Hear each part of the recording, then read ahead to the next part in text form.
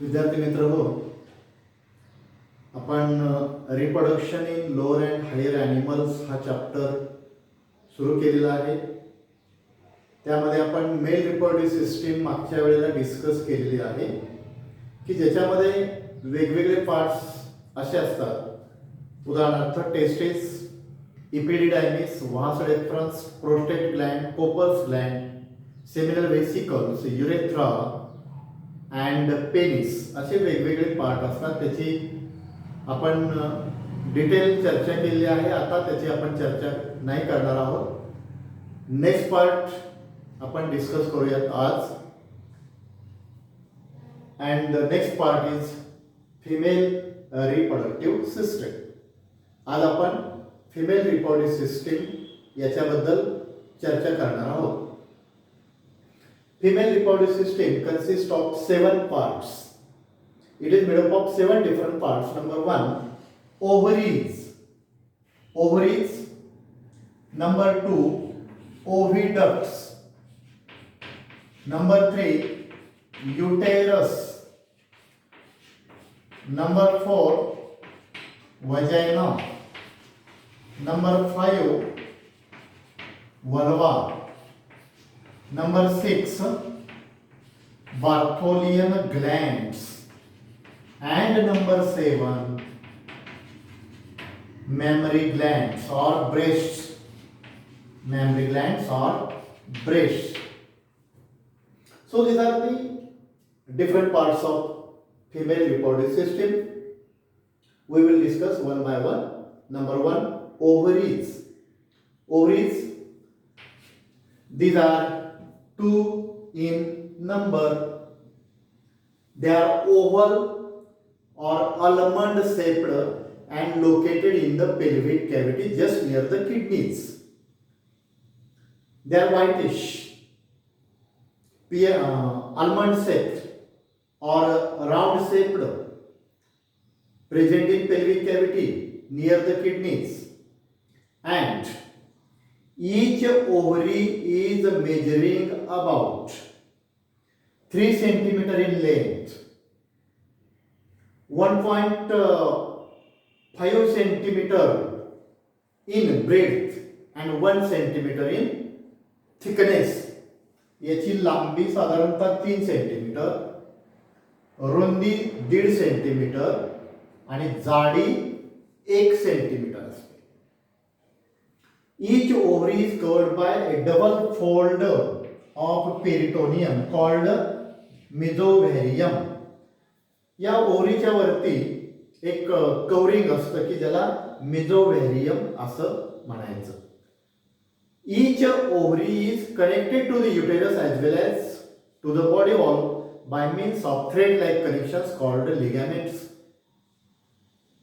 The ovary is connected with the uterus by means of ovarian ligament and to the body wall with suspensory ligaments. ओव्हरीचं आणि गर्भाशयाचं connection म्हणजे ovarian लिगॅमेंट. ओव्हरीचं आणि body वॉलचं connection सस्पेन्सरी लिगॅमेंट. म्हणजे ovary दोन्ही बाजूनं बांधलेली आहे. It is held in position by ligaments, namely uterine ligament and suspensory ligament. तर अशा पद्धतीने ही ओव्हरी आहे.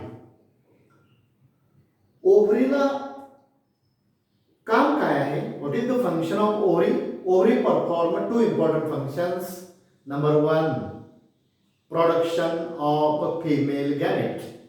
Number 2, production of female sex hormone. Okay, 2 काम आहेत. फिमेल गॅमेट तयार करायचं पहिलं काम. आता फिमेल गॅमेट म्हणजे काय? ओव्हम म्हणजे मराठीत स्त्री बीज तयार करणं हे या बीजकोशाचं काम आहे. मराठीत त्याला बीजकोश म्हणायचं. आणि याचं फंक्शन काय सांगितलं? Production of ovum, first function. Second function, production of female sex hormones. Female sex hormone तयार करायचं हे दुसरं काम आहे. आता फिमेल सेक्स हार्मोन 5 प्रकारची असतात. कोणती? 1, इस्ट्रोजन. 2, प्रोजेस्टेरॉन. काय? प्रोजेस्टेरॉन. 3 रिलॅक्सिन. 4 ॲक्टिव्हिन. 5 इनहिबिन. किती हार्मोन सांगितली? 5. कोणती? Oestrogen, progesterone, relaxin, activin, inhibin. म्हणजे ओव्हरीची 2 कामं कळली का? एक ओव्हम तयार करणं आणि दुसरं फिमेल सेक्स हार्मोन तयार करणं. आता ओव्हरीचं हे काम चालतं कसं? जनरली आपण ओव्हरीचा जर विचार केला, त्याची हिस्टॉलॉजी डिटेलमध्ये आपण नंतर पाहणार आहोत, पण तूर्त थोडक्यात त्याची रचना कळण्यासाठी सांगतो. Ovary is covered bye 2 layers. Outer membrane is called as cortex and inner layer is called as medulla. The cortex is lined by germinal epithelium. Externally it is covered by germinal epithelium which undergo the process of development to produce oogonia. म्हणजे याच्यामध्ये जो germ sale असतो, या germ sale पासून असे बारीक बारीक बारीक अंडी तयार होतात, oogonia तयार होतात.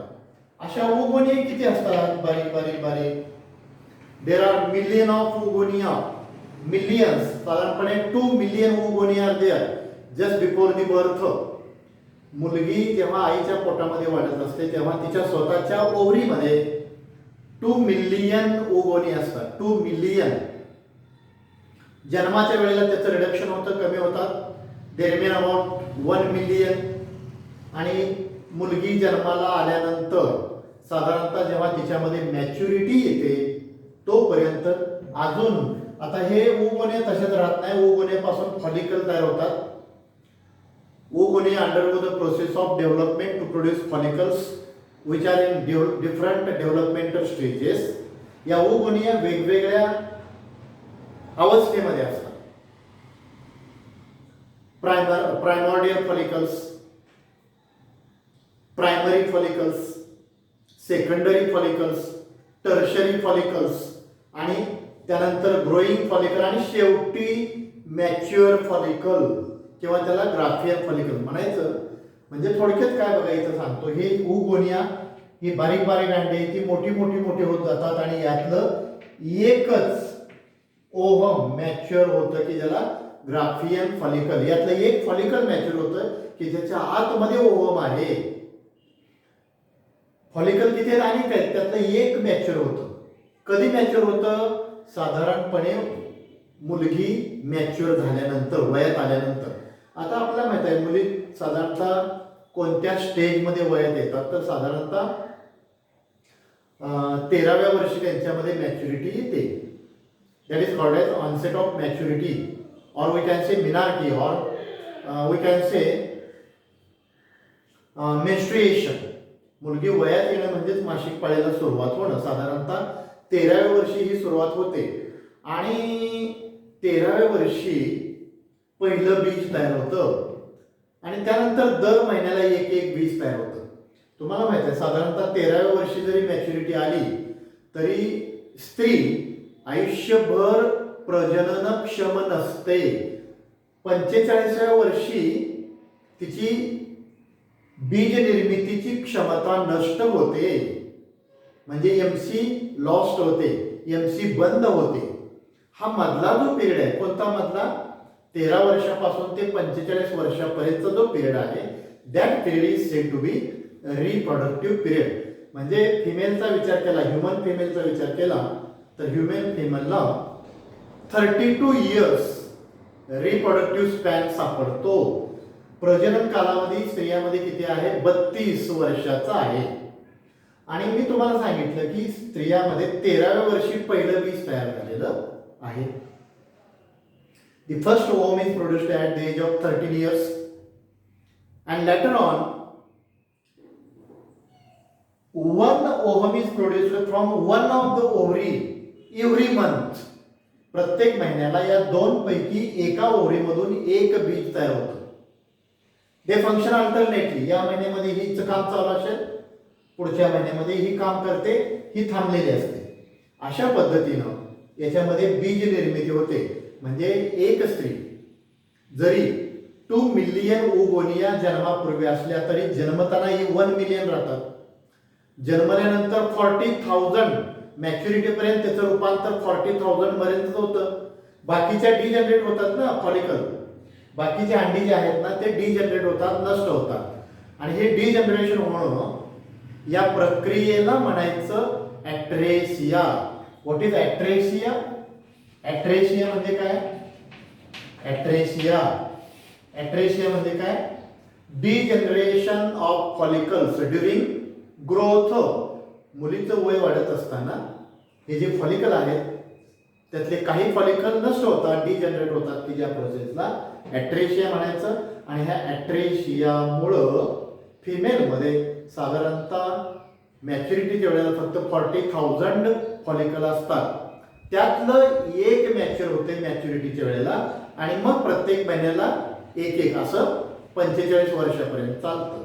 म्हणजे एक स्त्री तिच्या रिप्रोडक्टिव्ह फेजमध्ये किती बीज तयार करेल लक्षात येते का? बघा तुम्हाला सांगतो, एका महिन्यामध्ये एक. ओके, वर्षाचे महिने किती? 12. परंतु काही वेळेला 13 बीज पण तयार होतात, कारण दर 28 दिवसांनी एक बीज तयार होतं ना. म्हणजे वर्षामध्ये आपण साधारणतः 13 गृहीत धरूया, एका वर्षामध्ये 13. अशी किती वर्ष बीज निर्माण करते एक स्त्री? साधारणतः 32 वर्ष. मग 32 गुणिले 13 साधारणपणे 416. फिमेल किती बीज तयार करते याच्यामध्ये? साधारणतः 416 बीज तयार होतात. ओके, आता पहिला पार्ट ओव्हरीचा इथं संपतो आहे. ओके, ओव्हरी बद्दल काय काय सांगितलं पण आज थोडक्यात सांगतो. Number 2, shape almond. Location pelvic cavity. Connected to uterus by ovarian ligament. To body wall by suspensory ligament. Length 3.5 centimetre और 3 centimetre. Width 1.5 centimetre. Thickness 1 centimetre. Function 2, production of ovum, production of female sex hormones. आता याच्या मार्फत ohm तयार होते म्हणून याला काय म्हणायचं? Primary sex organ. अतिशय महत्वाचा पार्ट आहे या सिस्टीमचा. स्त्री जननेंद्रियामधलं याला प्राईम इम्पॉर्टन्स दिलेला आहे. का? कारण हे नसेल तर बीज निर्मिती होणार नाही. म्हणजे बीज निर्माण होणे अतिशय महत्वाचं आहे. हा पार्ट नसला तरी चालू शकेल किंवा हा पार्ट नसला तरी चालेल, हा पार्ट नसला तरी सुद्धा त्याला काहीतरी ऑप्शन आहे. परंतु हा जर नसेल तर प्रश्न, त्याच्यामध्ये रिप्रोडक्शन होऊ शकत नाही. आणि म्हणून प्रायमरी सेक्स ऑर्गन कोणाला म्हटलंय? Ovary is said to be primary sex organ. Okay, दुसरा पॉइंट बघूया आपण, ओव्हिडक्ट. ओव्हिडक्ट त्यालाच फॅलोपियन ट्यूब असंही म्हटलं जातं. कुठून कुठपर्यंत आहे बघा, ही ट्यूब आहे. ओव्हरी पासून युटेरस पर्यंत असलेली ही जी लांब ट्यूब आहे, इलॉंगेटेड डक्ट आहे. That duct is said to be fallopian tube or we can say oviduct. It is about 10 to 12 centimetre in length. याची लांबी साधारणतः 10 ते 12 सेंटीमीटर आहे. And internally it is lined by small hair like projections called cilia. याच्या आतल्या बाजूला बारीक बारीक केसासारखी रचना असते की ज्याला सिलिया म्हणायचं. आणि या सिलिया काम काय करतात? अशा सारख्या आकुंचन प्रसरण पावत असतात. त्याच्यामुळं याच्यातून इथं आलेलं जे बीज आहे ते पुढं ढकलण्याचं काम सिलिया करतात. Okay, each fallopian tube is divided into 4 parts. Fallopian ट्यूबचे 4 भाग आहेत. फॅलोपियन ट्यूब किती आहेत? इकडे एक आहे, इकडे एक आहे. प्रत्येक फॅलोपियन ट्यूबचे 4 पार्ट आहेत. The first and very important part is called as infundibulum. 4 part कोणते आहेत पहिल्यांदा सांगतो. infundibulum, ampulla, isthmus, uterine portion. Fallopian tube is divided into 4 parts. Number 1, infundibulum, which is funnel shaped. Infundibulum is funnel shaped and it opens into the abdominal cavity by an opening called ostium. या ट्यूबचे चार part, पहिल्या पार्टचं नाव infundibulum, आकार असा आहे funnel सारखा आहे आणि पुढं तोंड आहे बघा, हे तोंड आहे की जे या कॅव्हिटी मध्ये ओपन होत आहे की ज्याला म्हणायचं ostium. And ostium is surrounded by finger like projections called fimbriae. या ऑस्टियमच्या भोवती असे जशी सनफ्लावर माहित आहे तुम्हाला, सूर्यफुलाला जी साईडनं अशी रचना असते, सेम या इन्फंडिब्युलमला आहे ऑस्टियमच्या भोवती. याचं काम काय असेल बरं? या फिम्ब्रायचं काम आहे वेव्ह तयार करणं, करंट तयार करणं, प्रवाह तयार करणं. कशासाठी? याच्यातलं ओहम याच्यात पडतं आणि ते असं खेचून घ्यायचंय, ओढून घ्यायचंय. याच्यासाठी या फिम्ब्रियाचं अतिशय महत्वाचं काम आहे. कळलं का? याचं काम काय आहे? याच्यातलं ओहम इकडं खेचून घ्यायचंय, ओढून घ्यायचंय. ठीक आहे. साधारणपणे ओव्हरी आणि ओव्हिडक्टचं डायरेक्ट कनेक्शन नसतं, तरी सुद्धा या अनेक फिम्ब्रायपैकी कमीत कमी एक फिम्ब्राय तरी याच्याच्या कनेक्शन मध्ये असते. At least one fimbriae is connected to the ovary. Okay. तर अशा पद्धतीने दुसरा पार्ट आहे ओव्हिडक्टचं काम काय? To conduct the ovum, to carry the ovum. Ovum carry करायचं हे काम ओव्हिडक्ट. तिसरा पार्ट आहे युटेरस. हा एवढा मोठा पार्ट जो आहे that is called as uterus. It is a sac like structure, it is a bag like structure. पिशवी म्हणून आपण गर्भाची पिशवी म्हटलं जातं, गर्भाशय. It is also called as womb. It is triangular structure, bag like structure, sac like structure, pouch like structure. एक पिशवी आहे, मराठीत मला आपण याला पिशवीच म्हणतो, गर्भाची पिशवी म्हणजेच गर्भाशय. साधारणतः it is about 7.5 centimetre long. लांबी 7.5 सेंटीमीटर, रुंदी 5 सेंटीमीटर, 5 सेंटीमीटर रुंदी आहे. आणि याचं थिकनेस, जाडी किती आहे माहिती का? याची जाडी आहे 2.5 सेंटीमीटर. 2.5 सेंटीमीटर जाडी, 5 सेंटीमीटर रुंदी, 7 ते 7.5 सेंटीमीटर लांबी. Now it is divided into 3 parts. आता या गर्भाशयाचे 3 भाग आहेत बरं का. हा वरचा भाग, मधला भाग आणि खालचा भाग. Upper portion is called as fundus which is dome shaped. वरचा dome shaped portion fundus. Middle portion is called as body. हा बॉडीचा portion. And this portion is called as cervix. याचं तोंड आहे, गर्भाशयाचं मुख, तोंड, सर्विक्स. किती पार्ट झाले युटेरसचे? 3 पार्ट. Fundus, body, cervix. जसे याचे 3 पार्ट आहेत तसं याचे 3 थर आहेत. It is triple layered structure. याचे 3 थर आहेत. Outer layer is called as perimetrium, middle is myometrium, inner is called as endometrium. याचे 3 थर. एंडोमेट्रियम आतून बरं का, आतला एंडोमेट्रियम, मधला मायोमेट्रियम, बाहेरचा पेरिमेट्रियम. ठीक आहे. Endometrium, myometrium, perimetrium. त्यातला एंडोमेट्रियम हा आतला भाग प्रेग्नन्सीच्या वेळेला अजून जाड बनतो. हा थिक असतो, जाड असतो. And it is lined by uterine glands. याच्यामध्ये वेगवेगळ्या प्रकारच्या ग्रंथी असतात की ज्या गर्भ अवस्थेमध्ये वेगवेगळ्या प्रकारचे स्त्राव तयार करते आणि मग गर्भाचं पोषण होण्यासाठी त्याचा उपयोग होतो. It is lined by uterine gland. गर्भाशयाचं काम काय, फंक्शन काय आहे युटेरसचं? युटेरसला 2-3 कामं महत्वाची आहेत. त्यातलं पहिलं महत्वाचं काम, it is the site for implantation, or we can say it is the site for development of embryo. गर्भाला जागा देण्याचे हे ठिकाण आहे, म्हणून तर गर्भाशय म्हटलं जातं. पहिलं फंक्शन काय? Site for embryo. दुसरं, it is the passage for sperms to reach the ovum.